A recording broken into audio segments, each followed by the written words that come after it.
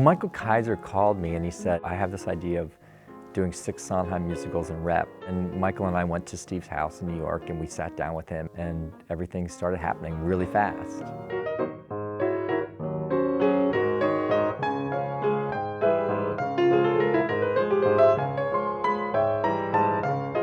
What was great about the festival was that Michael's idea of setting up a kind of opera repertory at the Kennedy Center with the best actors you could find in America to do the shows the way they were meant to be seen in a short period of time, like you're walking through an art gallery, which is what he talked about, did not force you to take Sondheim's work on a commercial Broadway level. It allowed the work to be the work.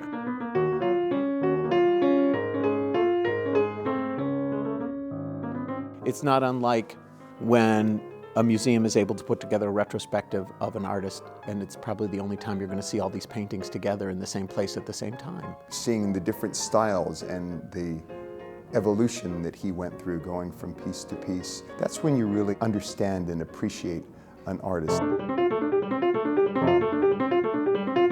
All the directors were working together and we were all working with the same set designer to really figure that out. It was a huge puzzle. Originally we had a notion that we were going to find a kind of common set for all 6 shows. And Sondheim ended that conversation instantly and said, there is nothing in common between these 6 musicals. So he said, you should make them completely different. You should make them as different as you possibly can. It floored me every time I walked in there, how it was even happening.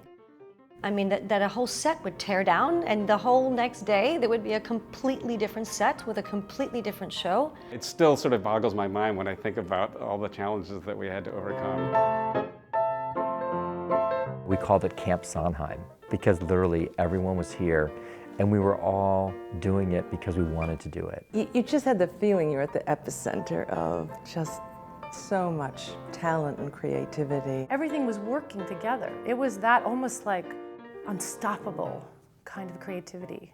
And I was in it, and it was just carried you. It was the joy of being with other really capable actors and rolling the dice to see if we could create something that would be fun to watch. It was like being in the Olympics and living in the Olympic Village.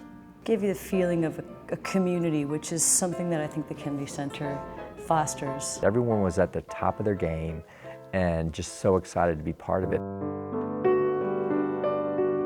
I think what was great for the actors is they all got to work with Stephen Sondheim in a rehearsal room. Every day coming to work was a master class. Ask any performer who's done a Steve Sondheim musical, they will say the first time Steve's in the room, everybody we were just all I remember the first day he came to rehearsal, I was just agog with awe. One of the few people that affects me that way is Sondheim. You want to be good for him because he's so good and he's so precise and he writes so thoughtfully. We all so wanted to be exactly right and observe every musical detail that he had written in the piece.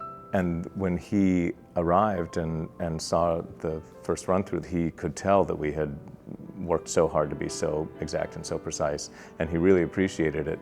But now we should forget all that and just let it go and start playing the characters, because at the end of the day, he is an incredible musical craftsman, but he's most of all a man of the theater.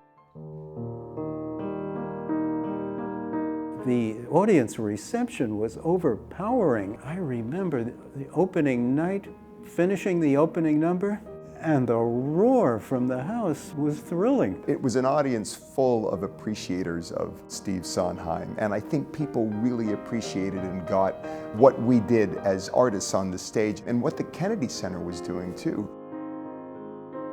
People came from all 50 states as well as many countries from around the world.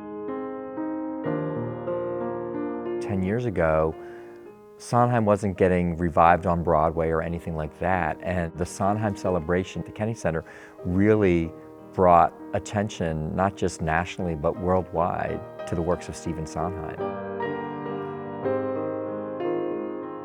I think maybe the Sondheim Celebration at the Kennedy Center kind of started a real, true appreciation of not just people in the theater who I think have always appreciated Steve's work, but throughout the country.